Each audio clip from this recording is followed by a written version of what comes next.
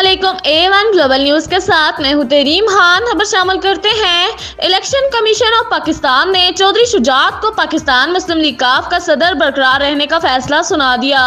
Karachi, joint secretary Pakistan मुस्लिम league कायदे-आज़म Sindh Abdul मालिक जांबाज अराई ने चौधरी शुजात को इलेक्शन कमीशन की जानिब से मुस्लिम लीग काफ का सदर बरकरार रहने के फैसले पर खुसूसी मुबारकबाद पेश की।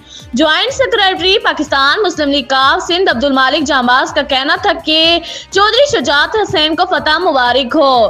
कायद मोहतरम चौधरी शुजात हुसैन से पाकिस्तान मुस्लिम लीग काफ छीनने की फस्ताई ज़हन को शिकस्त हुई है। इलेक्शन कमीशन ने मुस्लिम लीग काफ की सेंट्रल वर्किंग कमेटी की कार्रवाई को गैर कानूनी करार देते हुए करार दिया है कि चौधरी शुजात हुसैन ही पार्टी के कानूनी सदर हैं। मंगल को मुस्लिम लीग काफ की सदारत से हटाने के मामले पर इलेक्शन कमीशन ने चौधरी शुजात की दरख्वास्त पर महफूज फैसला सुनाया।